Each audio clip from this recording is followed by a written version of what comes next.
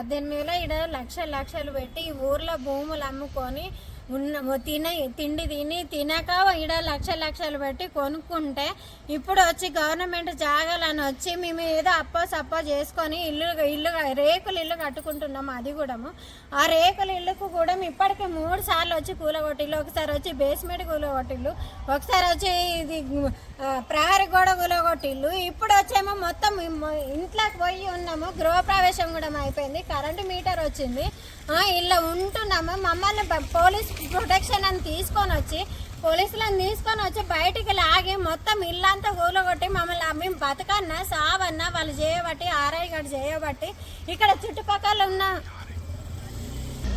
RI చేయబట్టి revenue శాఖ చేయబట్టి మేము అసలు ఈడ బతకన్నా సావన్నా ఇక్కడ ఇండ్లన్నీ లేవా, మేము ఒక్కరమే ఈడ జాగా భూమి ఆక్రమించుకొని కట్టుకుంటున్న ఇల్లులా జాగాలా, లేకపోతే ఇవన్నీ ఇల్లులు ఉన్నాయి కదా, మాది ఒక్కటే ఏమన్నా కడకు పోయి చెరువులో కడుతున్నామో అంటేనేమో మా కూలగొట్టి మమ్మల్ని ఇబ్బంది పెట్టినా అది వేరు. ఈడ ఇండ్లన్నీ ఉన్నాక మేము వచ్చి ఈడ కట్టుకొని ఉంటున్న మనుషులను బయటికి లాగి నీకు కరెంటు మీటర్ కూడా వచ్చింది. గవర్నమెంట్ జాగాలు అయితే కరెంటు మీటర్ ఎట్లా వస్తుంది? ఆడ ఫోటోలు ఉన్నాయి, దేవుడి ఫోటోలు, బట్టలు, మేము చీరలు ఇవన్నీ ఉన్నాయి, మొత్తం ఉన్నాయి. మమ్మల్ని బయటికి లాగి కూలగొట్టి మమ్మల్ని ఇబ్బంది పెట్టుడైంది. ఇది 3వ ఆరే కక్ష పెట్టుకొని మా ఇల్లు అక్కడికి ఈ బేస్మెంట్ కూలగొట్టినప్పుడు కూడా మా ఇల్లు జోలికి రాలే, ఆడ బేస్మెంట్ కూలగొట్టినప్పుడు కూడా మా ఇల్లు జోలికి రాలే. అక్కడ పెద్దమ్మ గుడి రూమ్ కడుతున్నారని అదచ్చి కూలగొట్టిపోయి 15 రోజుల కింద, అప్పుడు కూడా మా జోలికి రాలేదు. దీనికి వచ్చి అప్పుడు కూడా మా జోలికి రాలే.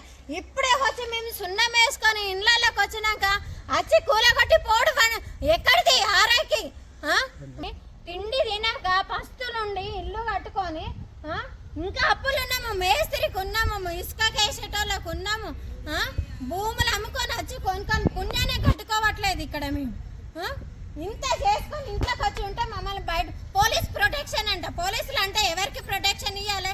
ప్రజలకు ఇవ్వాలి. ప్రజలకంటే వాళ్ళకేమన్నా అన్యాయం జరగకుండా చూడాలి. అట్లాంటిది వాళ్ళ ఇంటి లోపలికి వెళ్ళి బయటికి లాక్కొచ్చి కూలగొట్టి పోతా అది ప్రొటెక్షన్ ఎలా అవుతుంది పోలీసు వాళ్ళది?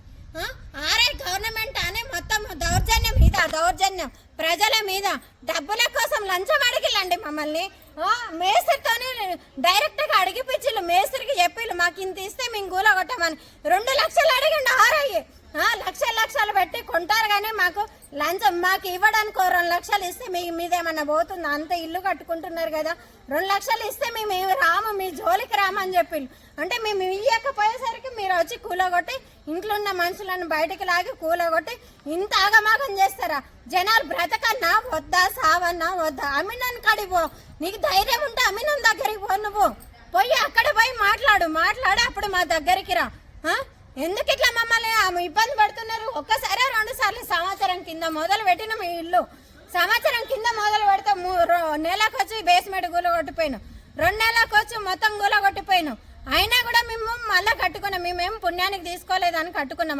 సప్పో తెచ్చి ఊర్లో అప్పులు చేసుకొని మధ్యలో మా అత్తమ్మ చనిపోతే ఊరికి పోయి 2 నెలల తర్వాత చుట్టూన్నది అని కట్టుకోవద్దంటే 2 నెలల తర్వాత ఈ మధ్యలో నెల నుంచి అది కట్టిపించుకొని 4 రోజుల కింద గృహప్రవేశం అయిపోయింది.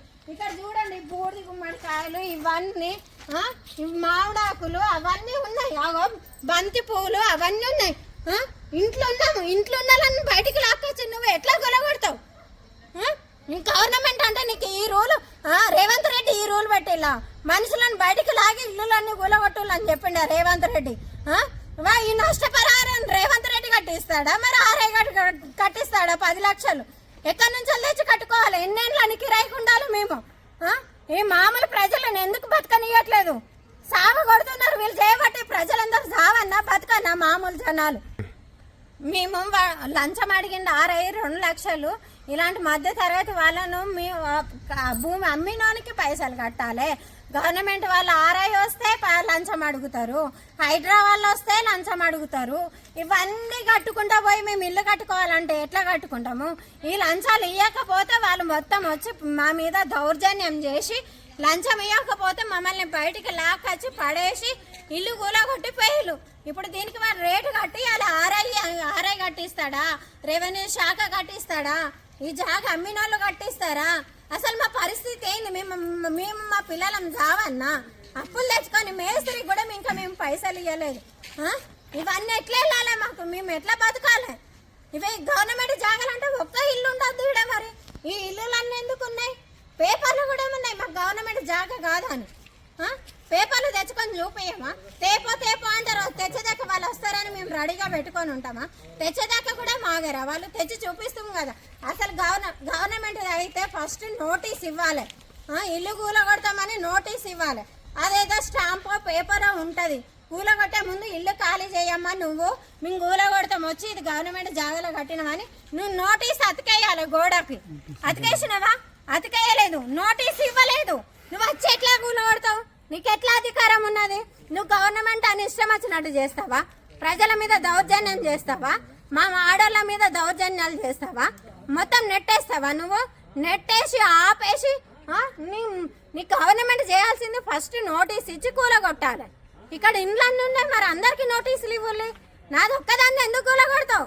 నా మీద ఏం కక్ష మాకు? మా మీద నీకు లంచం ఇయ్యలేదనే కదా నువ్వు కూలగొట్టుడు. 2 లక్షలు లంచం అడిగినావు, అది ఇయ్యలేదనే కదా ఇప్పుడు నా ఇల్లు కూలగొట్టినావు. నా ఇల్లుకు నష్టపరిహారం కట్టియాలి. ఇప్పుడు 10 లక్షలు నష్టపరిహారం కట్టియాలి. 2 లక్షలు లంచం అడిగిండు. ఫస్ట్ నోటీస్ ఇయ్యాలి. నువ్వు గవర్నమెంట్ జాగాలలో ఇల్లు ఎందుకు కట్టినావని నువ్వు నోటీస్ ఇచ్చి, లాయర్ ద్వారా నోటీస్ ఇప్పించి, నువ్వు స్టిక్కర్ తీసుకొచ్చి ఆ గోడకు అతికేసి ఇల్లు ఖాళీ చేసినాక నువ్వు వచ్చి కూలగొట్టుకో. దొంగ లెక్క ఎందుకు వచ్చి కూలగొట్టిపోయినావు? నిన్న ఆగు, మా ప్రెస్ వాళ్ళు వస్తున్నారు, రిపోర్టర్లు వస్తున్నారు, ఆగు అని ఆపుతుంటే కూడా నువ్వు దొంగ లెక్క పారిపోయినావు.